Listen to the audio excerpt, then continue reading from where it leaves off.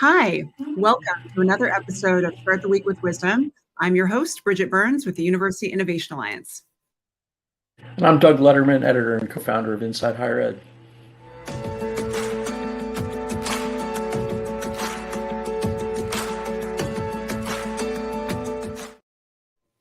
Each week, Doug and I team up to have a conversation with a leader in the field, someone typically a college president, chancellor, system head, or somebody who's doing some important work.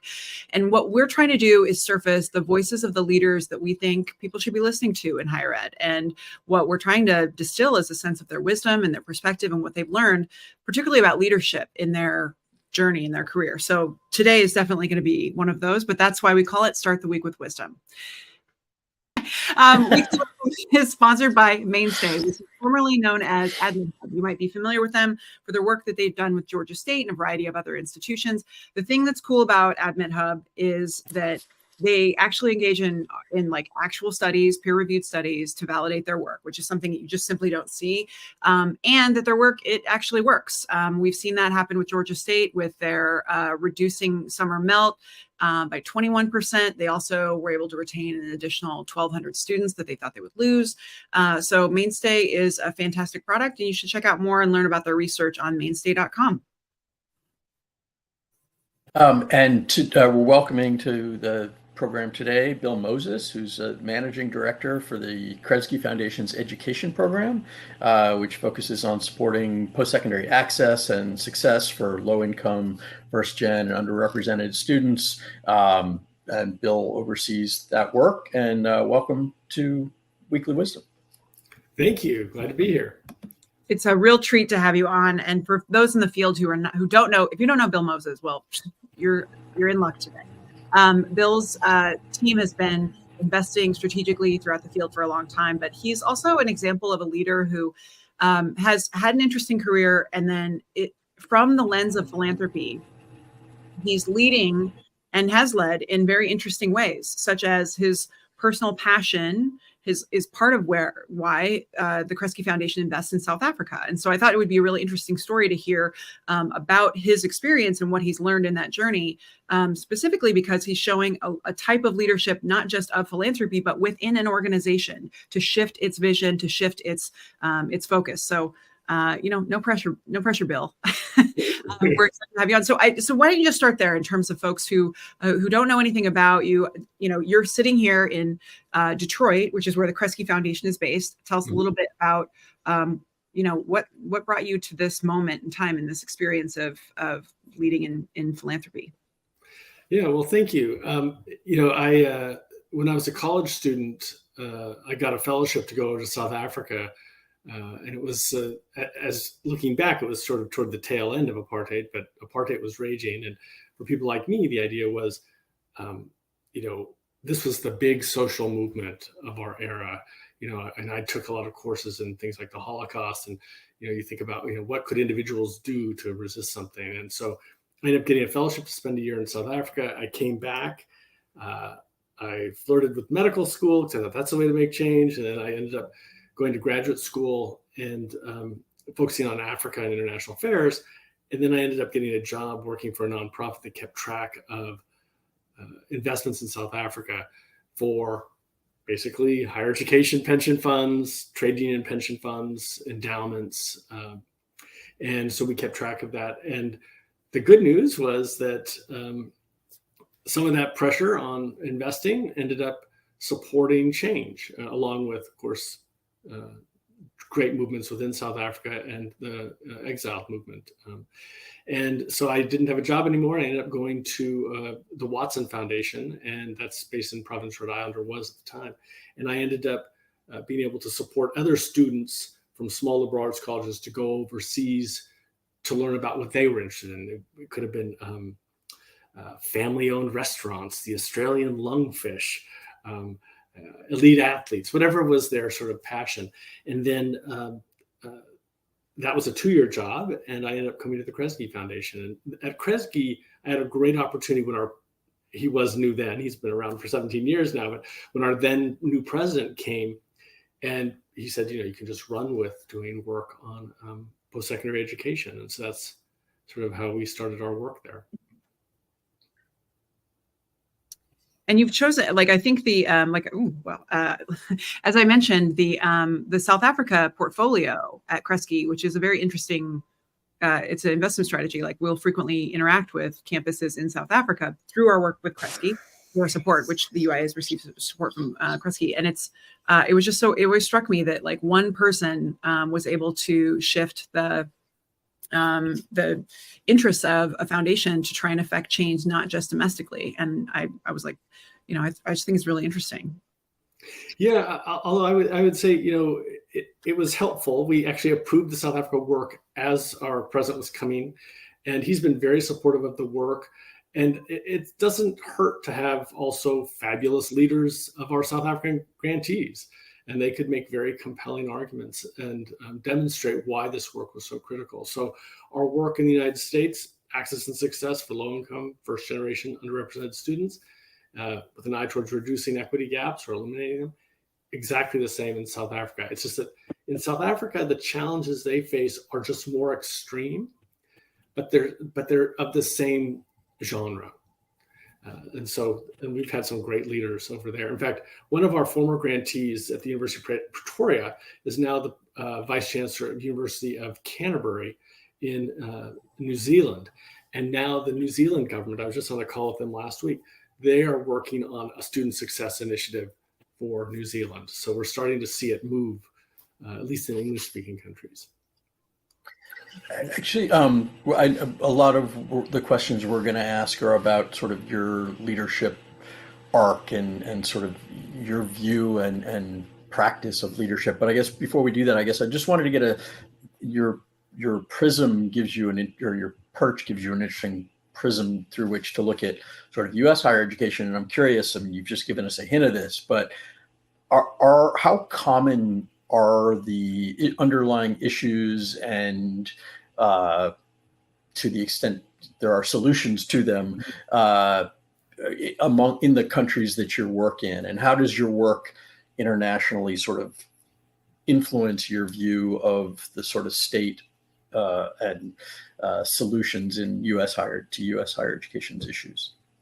Yeah, that's a great question. Well, we really work in South Africa and the United States, although one of my staff is in the UK today, working on world access to higher education. And I've had some phone calls with the New Zealanders, and we engage with them in the States and in South Africa over the years. I'll tell you what this is. If you think about the history of higher education, initially it was created to create, the clergy in New England, right?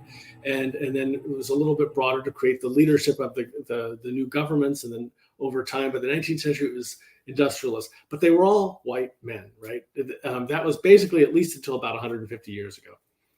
And since World War II, we've seen this broadening of higher education to go from the sons of the most elite in a society to the daughters and to people of color, and then to increasingly more middle-class people. And now the demands of the economy are that you need to have people who are first gen, who do not come from wealth and privilege. If you have 60, 70% of the jobs need post-secondary education, you need to support more and more people to go to college. And the same thing is true in South Africa. I think it's true in New Zealand. But the issue is that the systems were all designed for those wealthy men who were the scions of corporate industrialists in New England or in Johannesburg or wherever it was. They were not designed for middle-class people, but middle-class people usually found their way. But they were certainly not designed for a lot of working-class people and people who were purposefully excluded. And so that's, I think, the interesting link, is that this is going to be faced by the whole world. I can't, I want to address AI. I don't know a lot about AI, but assuming that there is still a need for human beings to do work, we're going to be expanding to a whole bunch of people who never had a chance to come into the doors or the gates of those colleges. And that's where things like big data, that's where institutional change all have direct relevance. In South Africa in particular, some of the institutions we work with were 100% white in 1994. And today are majority Black. In fact, they might be 80 or 90% Black. And so they have completely changed in a generation. but how do you make sure that those institutions, the administration, the leadership, the processes change to support a new generation of students? I find this is like a little bit of a curveball. I mean, I could have seen that we would go this way, but I think this is really interesting, especially for our listeners to hear about kind of the way that you think from the philanthropic perspective about U.S. Challenges and abroad, contextualizing, but also learning a bit more about South Africa and otherwise. I want to just talk about this question of the role of philanthropy. And I think so you could really, with generous resources and an incredible CEO support, which we've seen, you could kind of affect any change that was aligned with the worldview that your foundation had. I'm just curious about, can you talk through, for folks who are in the audience who don't live in philanthropy, like how do you kind of how do you pick which things to prioritize and when to temper, because you don't want to have too much influence in the field? I'm just wondering, are there conversations where you and your peers are trying to figure out like how much kind of, not like almost the Adam Smith hand of the invisible hand, philanthropy, how much influence to wield and when to stand back and see kind of how it will naturally play out? I do think people talk about it. I think that the challenge with philanthropy is that, it is not democratic with a small d sense, in that we are not voted to do this. Of course, in a democratic country, there are laws and rules that guide what we do. And so 5% of the assets of a private foundation have to be spent on nonprofit purposes, which are pretty broadly defined. And some places are probably considered more generous in their approaches than others. But I think this question about, institutions, foundations that are really, really, I wouldn't say dictatorial, but are very strict on what they think has to happen. And they insist that their grantees do that, or they only select grantees that agree with them. And that would be on the one side. The other side is people who are pretty open and just give money and let it go. And then there's also something a little bit in between, which is where you do engage on certain things and people are free to join you or free not to join you. But this debate between, say, general operating support and more specific project support is a big one in philanthropy generally. But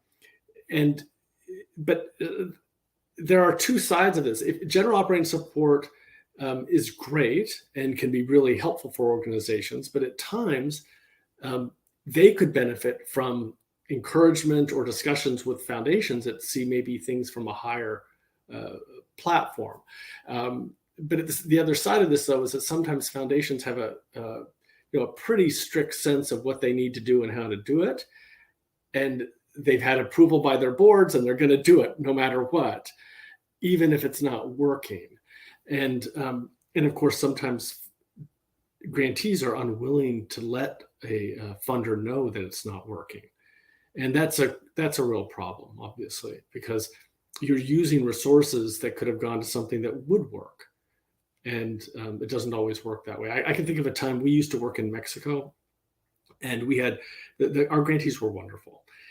They were terrific, but we wanted to help them raise more private funds. And that just was not something that individuals and corporations typically did. And so we were really paying people to try to do something that wasn't going to happen. And they came to work every day and they worked dutifully, but it was never changing. In South Africa, we did the same thing and it was actually having an impact, just because it's a different society. And so we ultimately decided that rather than asking people to spend the next 3 years trying, but not getting very far, we were changing it completely. So we ended up giving them the money that we had promised them to build buildings that they wanted to have in their facilities. And in this case, it was actually building Casa Migrantes, which are houses along the border for youth. If you think of the classic Young Men's Christian Association, this is so people who might have been hoping to immigrate or join their families had a wholesome place to stay. Because if you're 17 years old, a young man or woman from a small town hoping to visit your father, and it wouldn't take very long for you to maybe get into trouble without some wholesome places to live. So, and that was what their priority was. So that's what we helped them do. I feel like I could listen to you tell stories all day in terms of like just all the different lessons that you've picked up from things that worked or didn't work. That's great. Can I ask a follow up? Doug, I will let you jump in. Oh, nope, you're muted. Take it away. Happy to have you follow up. This is again another curveball, but I think it will be welcome. You invest in a variety of institutions, and so you're exposed to leaders all the time. You get to see them from the other side. And obviously you're telling us a little bit about what you're learning about their leadership style and how they prioritize and level of candor and all that kind of stuff. I'm curious about what you've learned about leadership from college presidents and from, the people who you've invested in across the world that has informed your leadership. Yeah, well, I was thinking about this, and I was at my previous job at the Watson Foundation. I was seated next to the president of a liberal arts college, and the college was not performing particularly well in the program at that moment.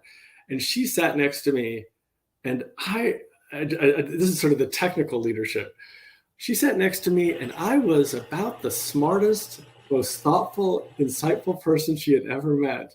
And I knew what she was doing, but I so appreciated the fact that she was going to go to the mat for her students and for her institution so that this program wouldn't end. And this idea that she was very careful. Another time I had a difficult conversation with a president and said, I think we're going to have to probably let you go. And he said, Bill, I have to agree with you. We really screwed up. I think he used the French instead of the English in that term. But again, it was disarming because he didn't push back. He didn't suggest it was somebody else's problem. He just sort of took it, and it made it actually, to be perfectly honest, it made it easier to relent and say, well, let's give him one more year. He seems to be sincere. He understands there's a problem. And, and I think that's that kind of technical leadership, actually, in knowing that you're talking to a donor, that this is an important conversation. Is it we're willing to talk with them and to be honest, right? I think the first president, she was just doing whatever she could to butter me up. But the second president, and that was fine. The second president was going to say, it's not going to help to pretend that there's not a problem. Let's just face it straight on. And I think that's been this sort of honesty and candor for me is really critical. And I think that's something I've seen from great presidents. That's wonderful. Thank you.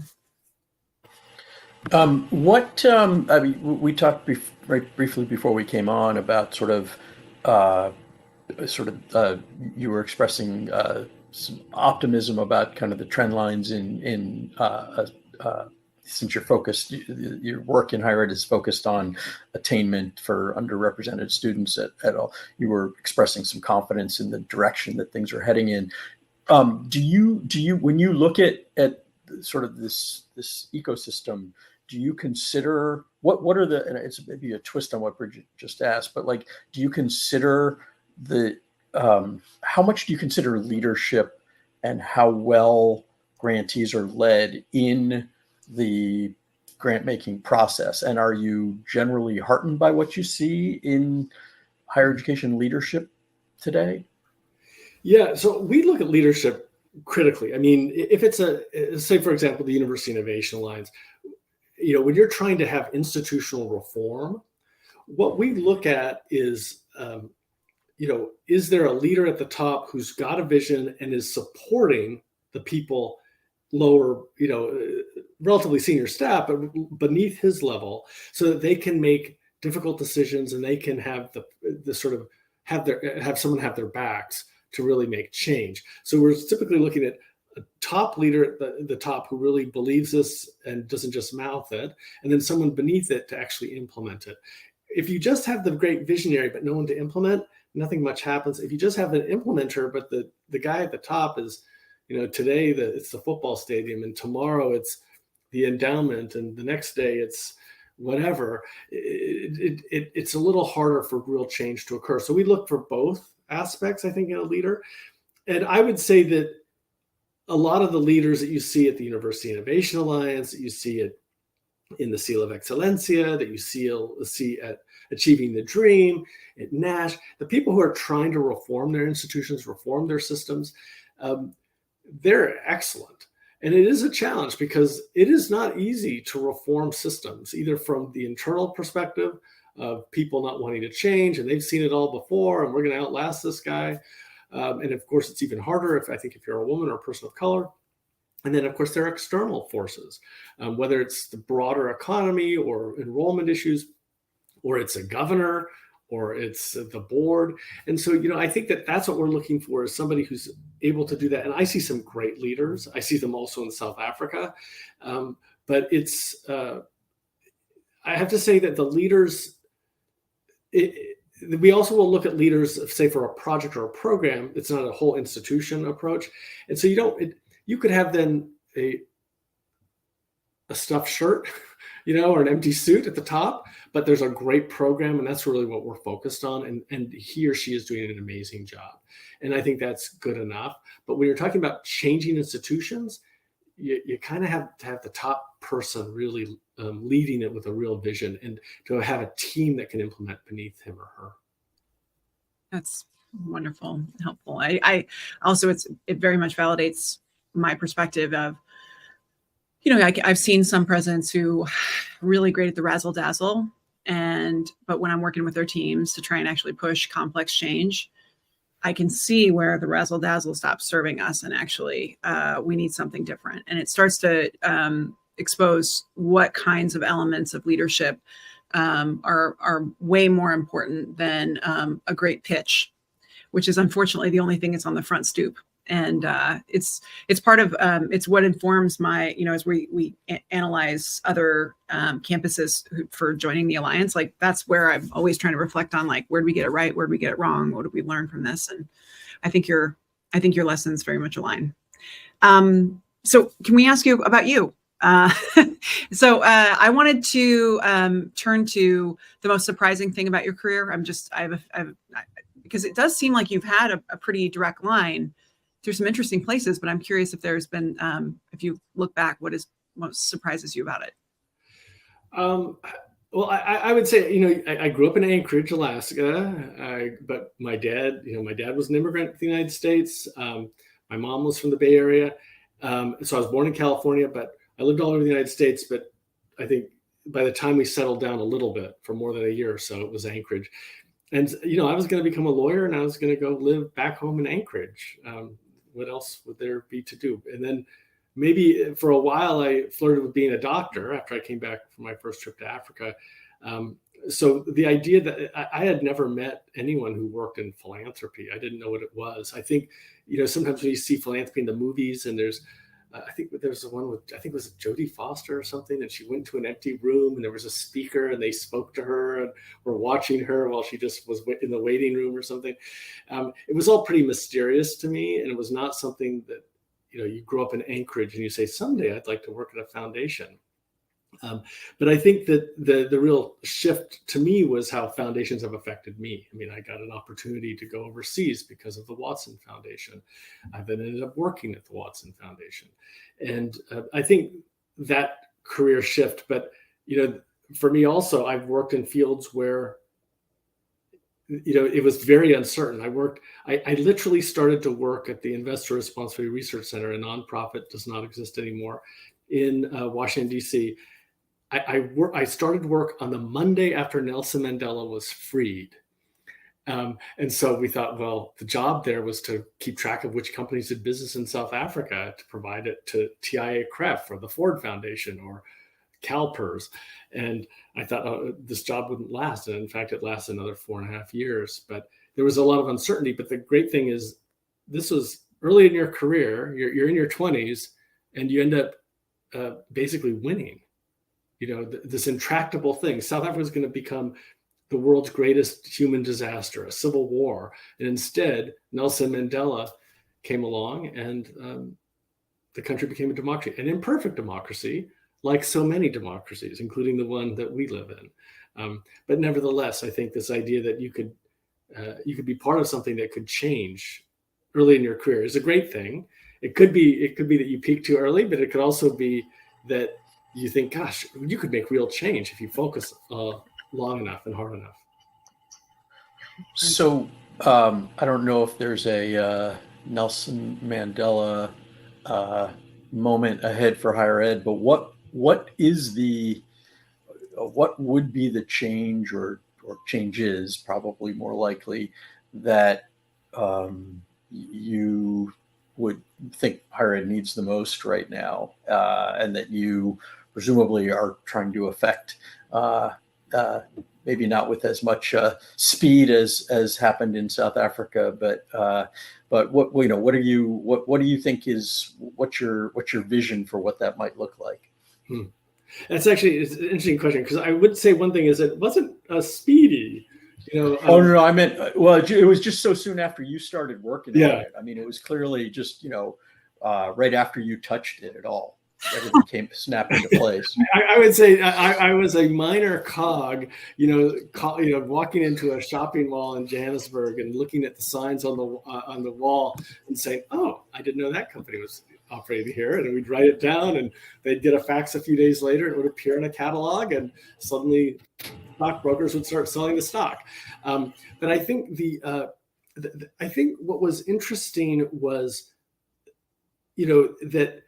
If you actually go back to the Mandela thing, he was in prison for 27 years, and he had been an activist for 10 or 15 years, and then he went to prison. So if you remember, he was in his 70s or maybe his 80s when he took over the presidency. And so it had been a long, long journey for him. In fact, he has a book called The Long Walk to Freedom. But I think this idea that, what could we be doing to reinforce the change we want to see, to make higher education more responsive to the needs of the 21st century? But one of the things that troubles me the most is that we do seem as a field to have lost our way. There are great exceptions, community colleges with amazing transfer. Valencia to University of Central Florida. Georgia State is amazing. Spelman College is amazing. So you've got these great leaders, great organizations that just do an amazing job of serving students, and they're very different, right? But I think about the ethics of some of higher education right now. I think it's been very disheartening with the Supreme Court decision. The loss of affirmative action is a tool, but to see who's actually admitted to some of our most selective institutions, and they're really being portrayed as, it's portrayed as a meritocracy, but it's hard to call something a meritocracy when more than half the students who are admitted are the children or grandchildren or great-great-grandchildren of people who attended it, and who apply before they know their financial aid packages because they know they can pay the full price. And so when 55% of the students at an Ivy League institution are like that, now we've got 45% of the rest of the students. I've seen statistics where, more than 50% of the early admit students are accepted. That is the binding early decision students. And then there are 30,000 students for the regular admissions, and virtually none of them are admitted because they've already filled the class. And students don't know that, and they're struggling, and on kitchen tables and at desks writing essays, and their parents are trying to figure out how to do this, and they have no idea. It is completely rigged. And I think this idea that institutions that have billions and billions of dollars, much more than the Kresge Foundation has, for example, we have $4 billion, are playing these games when they could make college completely free. They could take the valedictorian. They could say any valedictorian in America can apply, and we will randomly select you, and they would still have an amazing class. And yet they focused on the children of the elite and the children of the wealthy. And traditionally, it was the elite and wealthy of, say, New England or the peninsula of San Francisco. Well, now it's the elite who live in Surrey or live in, I don't know, the nice neighborhoods of Shanghai or wherever it is that they're collecting students. And that is one of the sort of rot, I think, in some parts of higher education is what really troubles me. Because I think if you can get over that, you then focus on the needs of the student and the needs of the country as a whole. That's great. I feel like that's the message to hear right now. Well, thank you for that. I want to shift in our last two questions to, again, be about you. So I'm interested in, you've had a very high impact career, I would say. You've affected a lot, and you've been able to see a lot and do a lot and experience a lot. And so I'm just curious about, through all of that, I'm guessing that you've received advice along the way. And I'm thinking about what advice has been the most valuable for you in your career that you use often, and who gave it to you? Yeah, I have had advice from colleagues and mentors to pull it back a little bit sometimes, I think, to be maybe a little bit more diplomatic and a little bit more succinct. I think that would be fair enough. I think too, though, it's also a lot of watching people who I think do a great job as leaders, and also even my own staff, and seeing how they do such a great job, how they engage with grantees, how they support them. I think that's really critical to me as well. But I think thinking about what can I do to serve them, to make things better for them. So keep it short, keep it tight, pull back once in a while if it's a little bit too controversial. But how can I make sure that our grantees are flourishing? And that's helpful for us, to be perfectly honest. If we have a good, candid, supportive relationship, if things don't go well, and they often don't in grants, right? You would plan to do this by this date, but someone didn't get hired, or someone, is on paternity leave for 6 months, and so they can't do the job that you hoped they were going to do. That's okay. Just we can work with that. We rarely have problems with people not trying their very best to do a great job. It's more that sometimes they need more time, or they need some advice because they're having a problem with something. So that's great.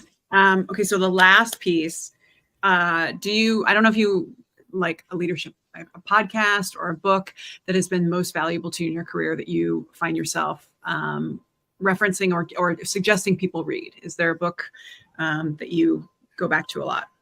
Yeah, there is. One, actually, it's not necessarily a book. I really appreciate the Harvard Business Review, the little daily things that are just about a page, and you read them and you're done with them. It's not like, it doesn't seem like you have to overcome it. It's like scanning Inside Higher Education or the New York Times. As quickly you get some information and then you move on.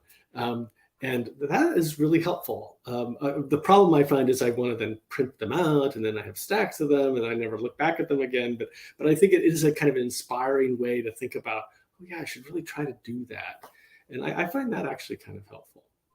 That's wonderful. Perfect. And because our audience are full of lots of busy folks, that's actually useful. Sometimes people recommend a book and I'm like, yep, going to put that on the list of books that I'm going to buy, and it's going to look beautiful. And I don't know when I'm going to schedule time for that. So I can do that.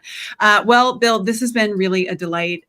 You always lead with your humanity. And I think everyone today got a sense, for those who didn't know about Kresge, who didn't know you, I think they have a very strong sense now. So thank you for that.